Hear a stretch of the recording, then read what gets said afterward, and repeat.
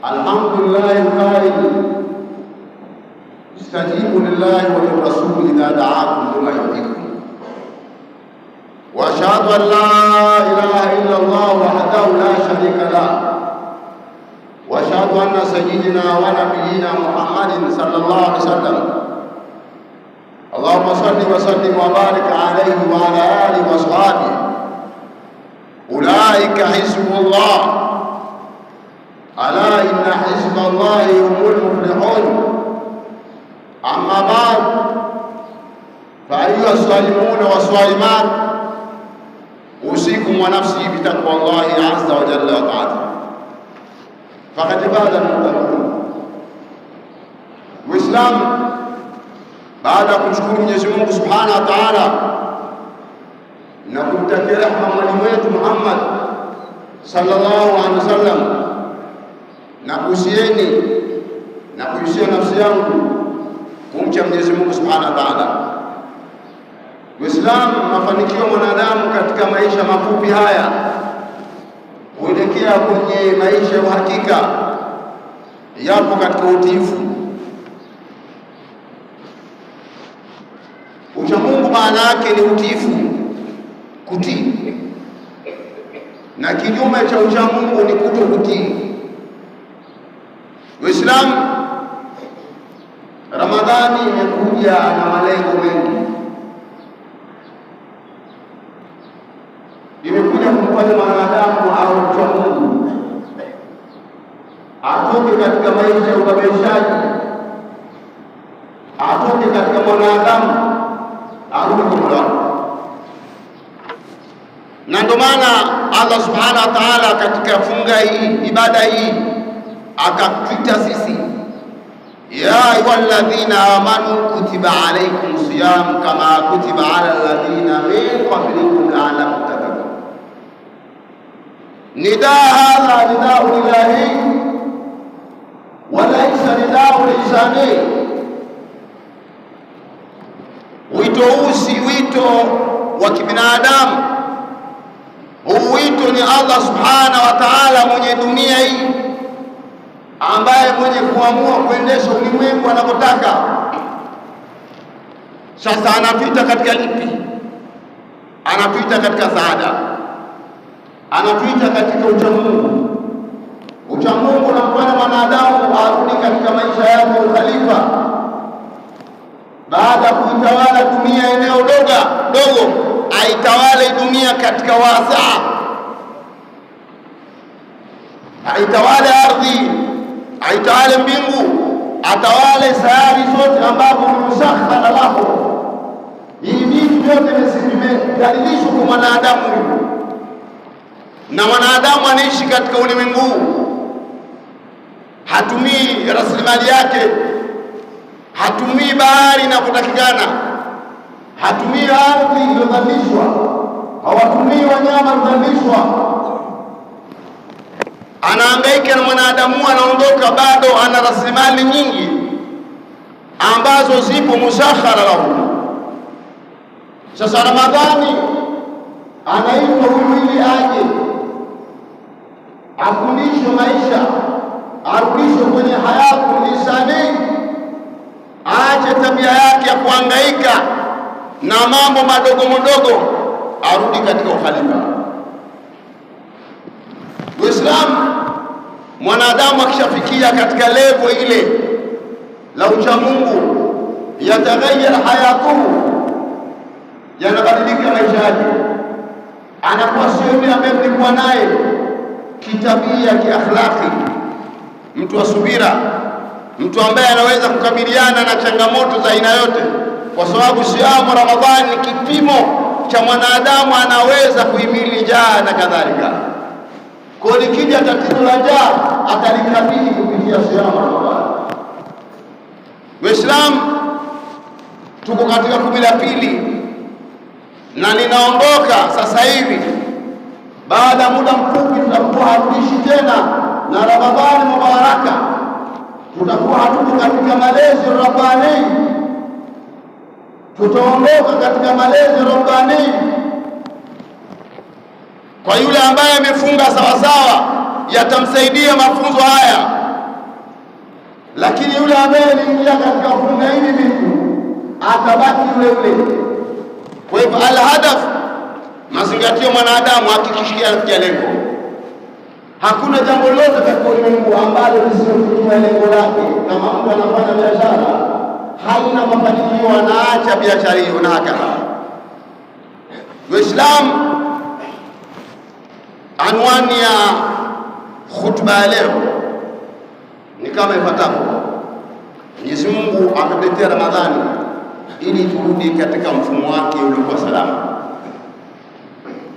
Uislamu, hakuna watu ambao walibaki katika ulimwengu huu ambao hawajaribiwa, ambao hawajapoteza moja kwa moja ila Mwenyezi Mungu. Limadha indahu Allah, wana Mungu,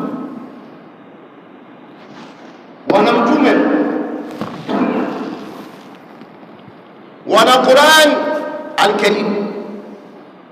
Ni jamii ambayo ilitakiwa ipigwe mfano.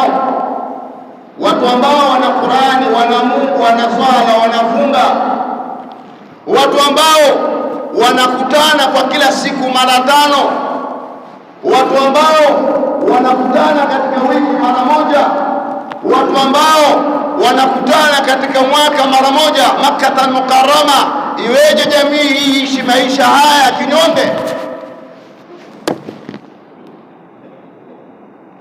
Na ndio maana Mwenyezi Mungu kawarudisha watu wake, awaonyeshe nafasi yao, kwamba wao ni watu ni tofauti na watu wengine.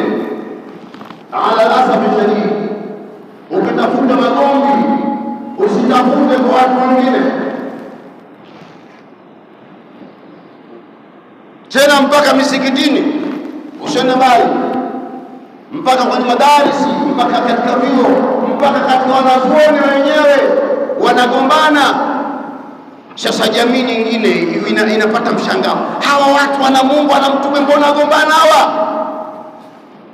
Limewapata nini Waislamu mpaka wamekuwa hivi, watu ambao wana mwongozo? Kwa nini? Hutuba hii itaeleza, na ndio itakuwa tiba kwa yule liman kana lahu qalbun wal kasama wa shay'un. Waislamu, tatizo ambalo limewasibu Waislamu, wameacha mwongozo wao, wameacha mwongozo wao, wamemwacha Mungu wao, wamemwacha mtume wao, wameacha Qur'ani yao, wakaingia katika mifumo ya watu, mifumo ambayo imewatoa katika dini. Kuna ambao wameamua kuingia kwenye demokrasia, wakaona demokrasia inawatoa katika maisha yao, wamekosea. Inna lillahi wa inna ilaihi rajiun. Kitu anakira kosa kubwa. Kuna ambao wameamua kumwacha Mungu, akaingia maisha hayo wakiwaongoza kifalme. Baada ya Qur'an Karim nchi ikaongozwa kifalme. Mfalme wetu ni yule, mfalme wetu si Mungu, mfalme wetu ni yule, na hao baada kafara. Sasa hili ndio tatizo ambalo Uislamu limepata. Wametoka katika mfumo wao, wameingia kwenye mfumo wao. Na nitakwambia demokrasia inaweza kubeba maisha, maana baada na nitakueleza wapi ambapo demokrasia imetengeneza maisha watu. Demokrasia inakubali pombe ndio uchumi. Demokrasia inaruhusu mtu kutembea utupu. Demokrasia inakubali uchumi wa riba. Na nikakueleza wewe, kwa kosa letu tumeingia katika mfumo wa watu, na unapoingia kwenye mfumo wa mtu, wewe unakuwa mtumwa. Yule ambaye uko juu anakuwa ndio mwenyewe, wewe unatumwa tu. Sasa Waislamu kupitia Ramadhani warudi kwenye mfumo wao ambao ni Qur'an al-Karim, na ndio itapatikana saada katika hilo. Ndio Waislamu, Ramadhani neema.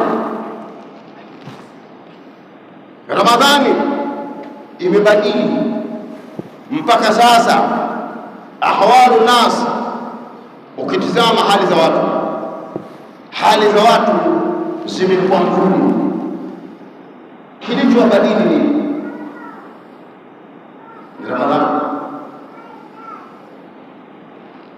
Ramadhani ibadili maisha watu, imewatengeneza katika mazingira mazuri. Uislamu, Mtume sallallahu alaihi wasallam aliletwa katika ulimwengu al-Qur'an, na akaambiwa asifate mfumo mwingine usio Qur'an.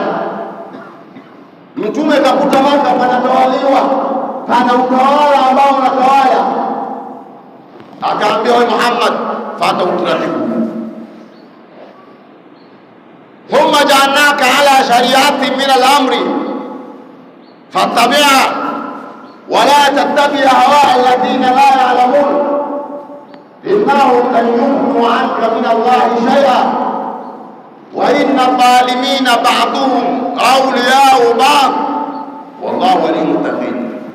Jamia thumma ja'alnaka ala shari'a ay thumma ja'alnaka ala shari'atin wadihatin wasi'atin fattabi' ay fattabi sharia,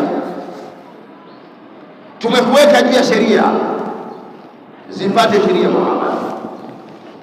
Wala tattabi' hawa alladhina la ya'lamun, wala usipate matamanio watu wasijua kitu. Innahum lan yughnu anka min Allahi shay'a, hao hawatakusaidia kitu. Wa inna dhalimina ba'duhum awliya'u ba'd wallahu waliyul muttaqin. Katika aya hii ambayo imefungulia hutuba yetu ya leo, Mwenyezi Mungu anamwambia mtume wake, thumma ja'alnaka ala sharia al-kitabi wa sunna, tumekuweka sheria Muhammad, fata sheria. Anaambiwa fata sheria, lakini anakatazwa, kuna amri na nafi. Fata sheria hizi, usifate huku. Fata sheria hizi, usifate huku sio sawa. Thumma ja'alnaka ala shari'atin min al-amri fattabi'a, zifate sheria. Wala tattabi' hawa alladhina la ya'lamun, wala usifate watu ambao. Wa inna dhalimina ba'duhum awliya'u ba'd, hakika madhalim wao kwa wao ni madhalim, marafiki. Wallahu muttaqin. Ndio Uislamu, watu wasopata sheria, wasopata Qur'an madhalim. Na ndio maana Mwenyezi Mungu katika aya hii akaeleza, wa inna dhalimina ba'duhum awliya ba'd wallahu muttaqin. Kwa Mtume sallam kama kaambiwa apate sheria, na umati wake unatakiwa upate sheria, na sheria hiyo ni Qur'an. Ndio Uislamu tumeitwa katika funga Ramadhani. Mungu katuita ni lazima tumuitike Mwenyezi Mungu kwa kila kitu, katika swala, katika funga, katika hija, tumuitike Allah subhanahu wa ta'ala. Ndugu Islam, tukiacha kumfuata Mwenyezi Mungu tutapata hasara. Ndio Islamu, mfumo wote ambao si wa Mungu, Mungu amekwisha ukataa. Mfumo wote unaoongoza katika ulimwengu ambao si wa Kiislamu, Mwenyezi Mungu amekwisha ukataa. Kama mfumo huo bado unatawala katika ulimwengu, unatawala kimakosa, nitakuonyesha maeneo hayo. Allah anasema, inna dina inda Allahi al-Islam wa man yabtaghi ghayra al-Islam dina falan yuqbala minhu wa huwa fil akhirati minal khasirin. Sikiliza, inna dina inda Allahi al-Islam, hakika dini mbele ya Mwenyezi Mungu ni Uislamu, mfumo wa maisha. Tunapozungumza dini, mfumo wa maisha unaoendesha maisha ya watu, Muislamu. Wa man yabtaghi ghayra al-Islam dina, atakayefuata mfumo ambao si wa Uislamu falan yuqbala minhu, hautakubaliwa kwake. Wa huwa fil akhirati min alkhasirin, na akhera atakuwa nimepata hasara. Kwa mifumo yote inaongozwa katika ulimwengu, iwe ya kifalme, iwe demokrasia, iwe Mungu haikubali. Lakini kwa nini haikubali? Kwa nini haikubali? Ni jambo la ajabu. Mwenyezi Mungu angekubali ulimwengu huu Mungu kaumba auache bila system? Kuna mtu gani anatengeneza kitu bila system? Iwe Mwenyezi Mungu atengeneza dunia hii alafu aache system?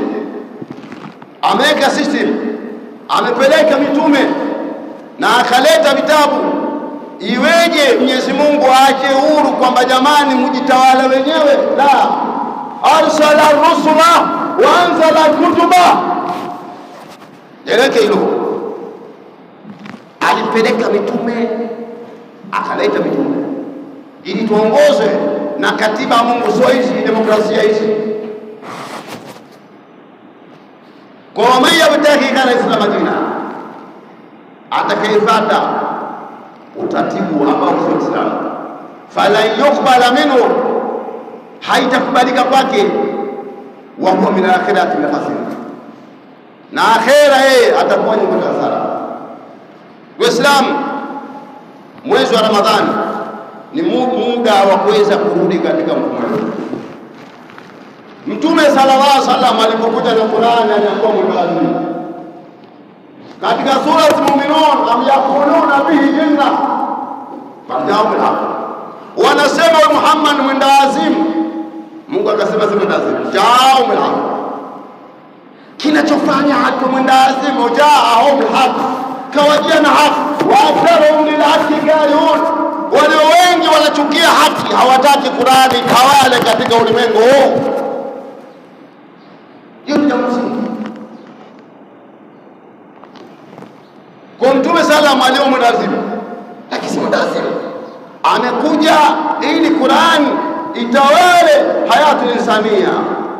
Sasa tuseme Qur'ani haifai, tuchukue ayam bin dhalika. Hii mifumo ya binadamu leo imetengeneza nini zaidi ya kuharibu? Angalieni sehemu yote ambapo kuna ufalme hakuna maisha, ni vurugu. Sehemu yote ambapo kuna demokrasia ni vita tu. Wale haribu dunia hii nani? Arudi. Wale haribu dunia sio wengine. Watu wa dini hawezi kuharibu, yaishuna, wanaishi kwa taratibu anazotaka Mwenyezi Mungu Subhanahu wa Ta'ala.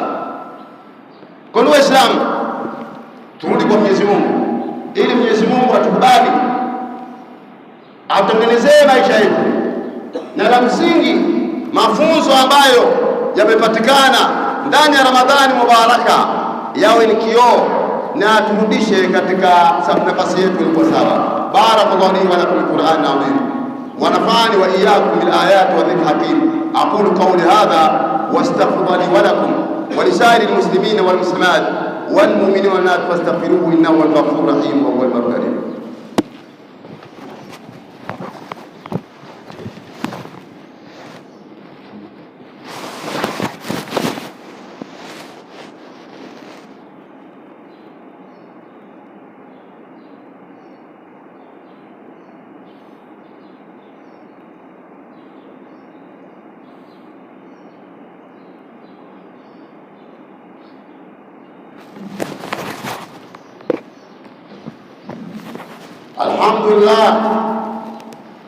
الحمد لله القائل وكان حقا علينا نصر المؤمنين، واشهد ان لا اله الا الله وحده لا شريك له، واشهد ان سيدنا ونبينا محمد صلى الله عليه وسلم.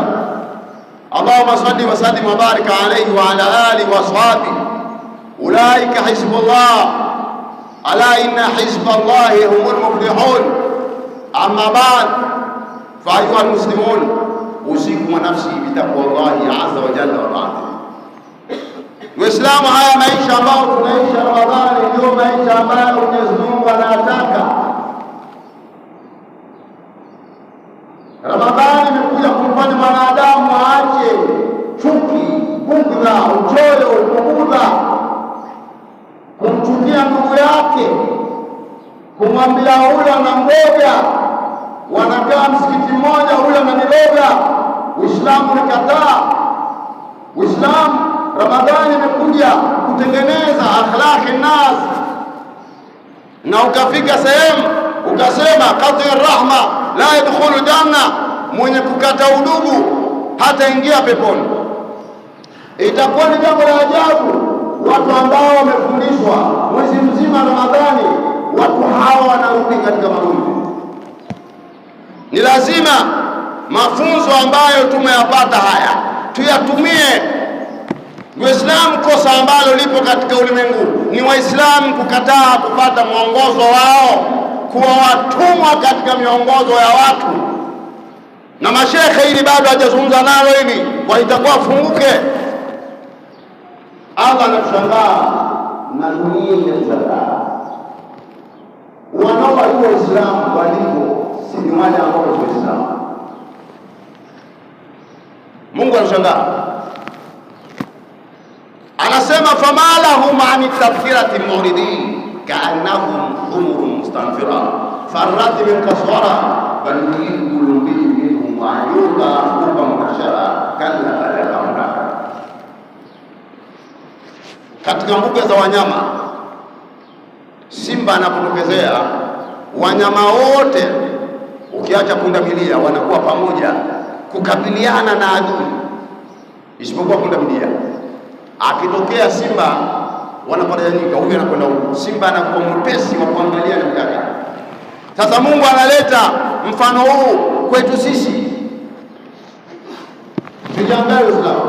Mungu anasema famala wana nini hao alimtafsira tunaamini mpaka wenye kupuuza ono hili wanapuuza fulani, kana humurul mustanfira, wamekuwa kama punda milia wanakwenda mbio, farrat min kaswara,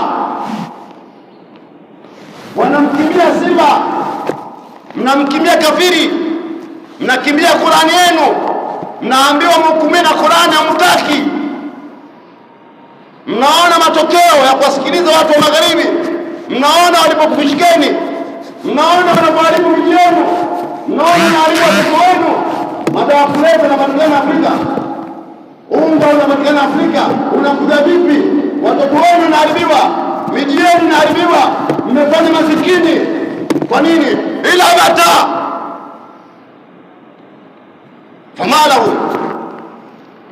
famalahu an tadhkirati muridin kaannahum humurun mustanfira, imekuwa kama punda milia, farrat min kaswara. Waislamu kurudi katika Mungu, na kwa msingi huu tutapata matatizo. Twende katika sura At-Takwir. Mungu anasema faida za takwa wewe kama eti Mungu wenda kwa Rasul, wenda kwa Qur'an. Limadha tajiduna maswali limadha? Mungu anauliza fa aina tadham, mnakwenda wapi nyinyi Waislamu? Mnakwenda wapi? Hamuna mwongozo wenu nyinyi? Afa aina tadhabun, in huwa, unaonyeshwa pa kwenda wewe. In huwa illa dhikrun lil alamin, haikuwa Qur'ani ni mwongozo kwa ulimwengu. Liman shaa minkum yastaqim, mwenye kutaka kukamata njia akamate Qur'ani. Qur'ani hapa haikusema liman shaa minkum, haikusema Qur'ani ni mwongozo wa Uislamu. Imesema in huwa illa dhikrun lil alamin, haikuwa Qur'ani mwongozo kwa ulimwengu mzima. Ulimwengu ukitaka pesa sawa, Qur'ani uache tabia hizi, uache udanganyifu, uache uonevu, na hii itafanikiwa Waislamu watakaporudi katika nafsi yao. Waislamu walipotawala dunia hii, hapakuwa na maskini, hapakuwa na unyonge, hakudhulumiwa mtu, hakuonekana mwanamke akaonekana yuko sokoni bila kwa dharura, hakuonekana mwanamke akitanganyika akiingia gari moja mwanamume na mwanamke, hakuonekana. Huu usawa gani? Hakuonekana mwanamke akienda kupambana na mwanamume katika kugombea kazi. Hii imekuja ni system kutoka Ulaya, na baada sisi kuwapa nafasi, ni nafasi yetu kupitia mafunzo ya Ramadhani kurudi katika mwongozo wetu. Waislamu sisi tumepoteza. Katika watu ambao wamepoteza ni sisi, na mtu mwenye kupoteza kitu lazima apambane akipate. Mzee Yakobo alipompoteza mtoto wake Yusuf, alikuwa anahangaika, alikuwa anajua nini nafasi ya Yusuf, lenti yake. Kitu chako kizuri ukipoteza shekhi lazima uhangaike. Waislamu tumepoteza mwongozo wetu, tumepoteza utawala wetu. Sisi sio watawaliwa, sisi watawala wa kuitawala dunia hii. Tupambane kurudisha utawala wetu, na Mwenyezi Mungu atatupa nguvu. Waislamu, tumalize hotuba hii kwenye mashariki ya Kati. Hotuba yetu itakuwa haijakamilika kama hatujaangalia mayajiri wa ma yastamiru fi sharq al-awsat. Ataarif ma sharq al-awsat huwa al-alam. Unaelewa mashariki ya Kati wewe? Mashariki ya Kati ndio dunia, ndio pale walipotoka mitume. Mitume natoka pale mashariki ya Kati, na uchumi wa dunia huko mashariki ya Kati. Mashariki ya Kati pakiharibika, huku kwetu sisi tunaenda na maji, na ndio maana baada ya mapambano ya muda mfupi petroli imepanda katika soko la dunia, kwa sababu ndio dunia imeharibika. Sasa lazima tuendelee tueleze haya. Tutaeleza haya kwa ufupi katika maeneo matatu. Kwanza ni nchi ambazo kuna Waislamu wengi, na Arabuni. Nchi za Kiarabu ni nafasi yao sasa ya kumjua Marekani nani. Kama shetani alikuwa amejifunika nguo, sasa kajenga wala. Nchi za Kiarabu walifikiri Marekani ni rafiki yao, ndio muhimu. Dalika Marekani hana urafiki na mtu. Na kulikuwa na sababu gani nchi za Kiarabu zikubali base? Unawekaje ulinzi? Unaweka kwenye ulinzi swala mtu nyeti. Swala la ulinzi swala nyeti. Huwezi kumpa mtu nafasi ambaye siye. Umjui Mtume sallallahu ile katalogi yake. Mtume alikana watu ambao ni muhimu. Alikuwa upande wake wa kulia ana Abubakar mkwele, upande wa kushoto ana Uthman mkwele, ana Ali ndugu yake, ana Uthman, wote ndio sendo kamati. Wewe ndio kiongozi wa Mtume. Sasa iweje nchi za Kiarabu simweke yule? Katika nchi zote za Gulf wameweka base kwa nini? Sasa utamwitaje adui? Na adui huyu sasa, adui anafanya wewe ni urafiki, kumbe anampiga ndugu yako. Kwa kila siku tunasikia, tumezaliwa sisi mpaka sasa tunasikia Palestina wanauliwa. Mbona kuna Umoja wa Mataifa hamna lote? Ubawishaji. Ni muda wa nchi za Kiarabu na cha Kiislamu kumfahamu adui yao, na njia pekee ni kuondosha base. Kuna nchi kadha zimeanza maandamano, na leo Ijumaa watu wanaingia barabarani kupinga serikali zao. Wa Marekani waondoke, maadui hawa. Hii nafasi ya nchi ya Kiarabu. Pili, tazungumza Marekani mwenyewe. Waislamu, Marekani anaishi kwa dhulma, hayati dhulma. Marekani anaangalia udhaifu wako wewe.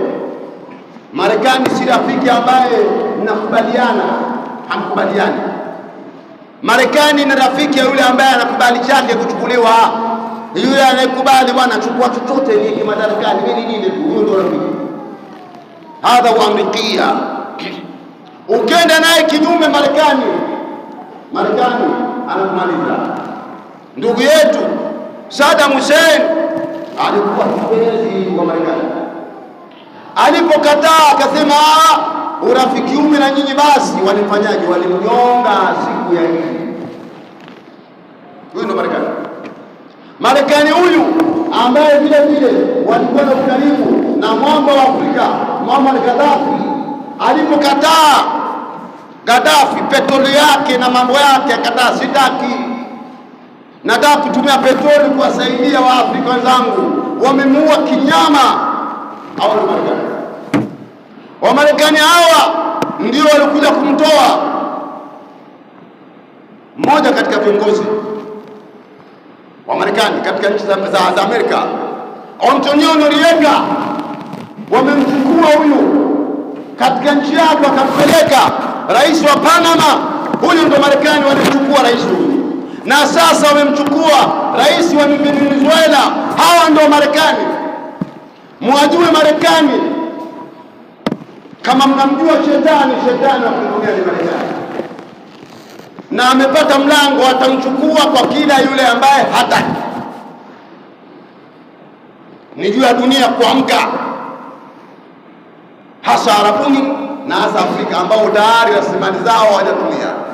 Watumie rasilimali zao wafanye na urafiki na watu wengine kama ni China na sehemu nyingine, lakini sio Marekani. Marekani ni adui mkubwa. Twende kwa Iran. Wa Iran hao ni Wafursi. Historia yao Wafursi wapiganaji, wasoma. Mkisoma kwenye tarehe hawa si Waarabu, Wafursi. Alipouliwa Saddam Hussein, walijifunza, walisoma alama za nyakati, walijua huyu madam kanyongo atakuja hapa, walitayarisha vizuri. Na ndio maana mapambano yanapoendelea, hatupendi kuona vita vinaendelea, kwa sababu anaathirika ndugu zetu, lakini anaonyeshwa Marekani. Kwa Marekani, wewe unaonea wanyonge, wewe unaonea wanyonge. Hii sio sehemu rahisi. Walidhani baada ya kumuua rais wa Iran wamejipanga waliwana. Tena huyu mwamba alikuja mwingine ana miaka 50 na kitu bado mjana, anasema huyu mzee kama alikuwa na busara sana. Hapa ni msingi tu kwenda mbele, mpaka hata tafia ila amrillah, mpaka mnyoke. Marekani amechanganyikiwa, anatafuta usaidizi katika nchi za Ulaya, ameingia nchi kadha kuomba usaidizi, wamekataa, isipokuwa Mjerumani. Kwa tunasema mataifa mengine ya Afrika ambayo wana urafiki na Marekani wajue kuna leo na kesho watakuja kuvuliwa upendo. Watakaposema hatutaki petroli yetu, hatutaki madini yetu, huo ndio utakuwa mwisho wao. Waislamu, sisi kama Waislamu, nafasi yetu ni kutengeneza, sio kuharibu. Tunaomba vita hivi viishie mwishoni, lakini ziishie na dhulma isiwepo. Masuala ya Palestina kuonewa iwe na mwisho, lakini Iran kosa lake nini? Iran imesema kwamba mimi natengeneza nyuklia ili kurutubisha kwa umeme. Sasa watu wote wawe na nyuklia, asiwe kwa nini? Na kwa nini Marekani peke yake? Sasa hivi imeshasimama msimamo sawa, na kwa taarifa ambazo tunazo, ule mlango ule mto wa bahari ule wa Hormuz amekucha ufunga, na petroli na vitu vingine kuja Afrika, tuna mazingira magumu. Kwa tujitahidi kuwa na mazingira magumu zaidi haya. Waislamu, nimalize kwa Qur'ani, nimeingia kwenye Qur'ani na maliza na Qur'ani. Allah anasema ya ayyuhalladhina amanu istajibu lillahi wa lirrasuli idha da'akum lima yuhyikum. Sikiza lillahi, anayekuita wewe sio mjomba wako wala shangazi yako wala mama yako, unaitwa na mwenye dunia hii, anayekupa pumzi, hewa yako, usingizi wako. Akikuita mtu mwingine, tumeitwa kujifunga sisi. Angetuambia mtu mwingine tusifunge, tusingekubali. Aje mtu yote ambie wewe nani? Unatukataza tufunge, wewe nani babu? Wewe nani? Maana ala. Tumemwitika Mungu katika siamu Ramadhani, anatuita tena ya ayyuhalladhina amanu stajibu lillahi wa lirrasuli idha da'akum, mwitikeni Mwenyezi Mungu na mtumewe anapokuteni katika yale anakupeni maisha mazuri. Wa'lamu anna Allaha yahulu baina al-mar'i wa annahu ilayhi yusharun, tambueni Mwenyezi Mungu anaingia kati ya mtu na moyo wake na kwake mtakusana. Ndugu Waislamu, tunatakiwa Ramadhani hii tuwe tumejifunza kitu, tusiondoke kama mazezeta. Tumuitike Mwenyezi Mungu ndani ya msikiti, nje ya msikiti. Istajibu lillah, mwitikeni Mwenyezi Mungu na mtumewe anapokupeni katika mambo ya kupenda wa maisha mazuri. Maisha mazuri hapo ndani ya Qur'an Karim. Tumuitike Mwenyezi Mungu katika funga, katika hija, katika zaka, katika sheria. Hivi sheria ya Kiislamu zitafanya kazi hii. Ni jambo la ajabu leo kuona watu 99% ni Waislamu, alafu wanatawaliwa na sheria ambazo sizo. Msiba huu ni msiba. Hao watu ambao 99% ni Waislamu kisha hawatawaliwi na sheria ya Mungu, wanasubiri nini? Huu ni ugomvi huu ni ugomvi. Tumuitike Mwenyezi Mungu moja kwa moja, dakhil masjid wa kharij masjid. Tuombe Mwenyezi Mungu atupe tawfiki, atujalie min alladhina yastami'una qawla fayattabi'una ahsana. Allahumma ighfir lana dhunubana wa kaffir 'anna sayyi'atina wa tawaffana abrar. Ya Allah ya Aziz, ya Samiu, ya Wadud, ya Hafidh, ya Allah. Ya Allah, tunakuomba kwa uwezo wako na nguvu yako na kadiri yako, tuondoshee mashaka ambayo yapo Mashariki ya Kati. Rejesha amani Mwenyezi Mungu, jalia Waislamu warudishe miji yao, jalia Waislamu wapate ushindi na mdambilishi Marekani watu wake. Allahumma shaddid shamlahu, Allahumma zid jamaahu, Allahumma damir jarahu ya rabbil alamin. Tunakuomba rabbil alamin, turudishe kwenye ukhalifa, tuzitawale nchi ya rabbil alamin kwa sheria zako Mwenyezi Mungu, kwa sheria zako Mwenyezi Mungu, sio sheria za binadamu. Sheria za wanadamu zimefeli, zimemharibu mwanadamu, zinampa pombe, zinampa madawa kulevya, zinampeleka utupu, zimemharibu mwanadamu. Ya Allah, tunaomba Mwenyezi Mungu samehe, tujalie